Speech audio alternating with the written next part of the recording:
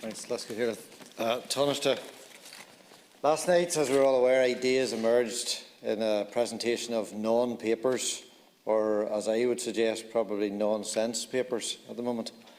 Unfortunately, Brexit has now descended into spin, into rhetoric and soundbites, where you'd actually need a PhD to decipher the narrative or to understand what the hidden agenda is, what the subplot is, what the diversion strategy is, and where the dead cat strategy is being deployed.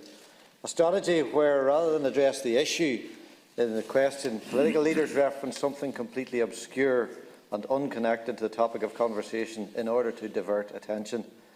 This looks like a dead cat strategy, as it completely fails to address concerns highlighted time and time again. Yesterday's leak completely contradicts every piece of feedback and advice that Northern Ireland businesses give to government regarding designated routes, costs and delays, infrastructure or bureaucracy. It simply hasn't been taken on board in this proposal.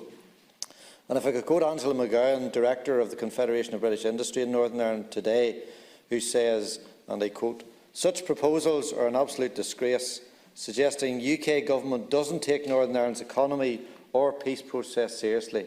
No support whatsoever from the business community." As discussed many times in these houses and in Westminster, due to SPS regulation and particularly the agri-food industry, you have a limited number of options.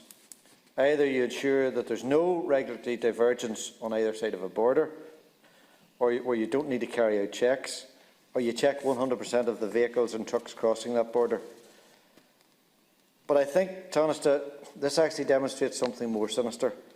It demonstrates a complete disregard and lack of understanding of the Northern Irish issues. I wonder if this is a template Mr Johnson sees as appropriate for the Scottish border if he pushes the Scots to the point of independence, or is it a model he would see appropriate between Wales and England because of his direction of travel? Border checkpoints away from the border, a 10 to 20 mile smuggling zone between, surveillance and checkpoints, technology to track and monitor movements. Forgive me if I'm misguided, but I thought we wanted to get away from this nightmarish scenario 21 years ago. To undo all the good work and all our achievements over the last 20 years would be criminal. It would be unforgivable and something I don't believe generations to come could ever forgive us for. It takes strong leaders to make hard decisions.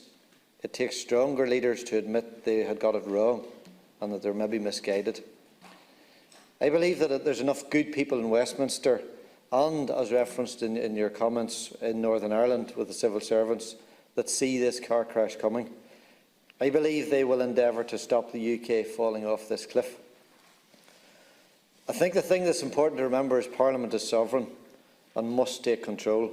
This isn't about individuals, as was referenced. The EU and Ireland have played a straight bat and must continue to do so. They must continue to do the right thing, as they've done up to this point in time. Because when the wind changes, as it has, you have to reset your sails. And where the UK are at the minute, they need to be resetting their sails. Ultimately, the citizens of the UK must be given the choice to make this call, to the united country again, to build relationships with Ireland and with the EU, and to get back on track. Ultimately, the people must decide, and the politicians need to follow their direction based on facts and not fiction or fantasy. Uncertainty, Taoiseach, is order of the day north of the border. Despite the valiant efforts of the civil services, businesses are understandably very worried. And credit must be given to the Irish Government, to the civil servants south of the border, for their preparations and for their readiness in very challenging circumstances and based on very limited information. Brexit will pass, but we all have a responsibility to reach agreements to deliver solutions to the challenges. We all have a responsibility to act for the long term and for the greater good.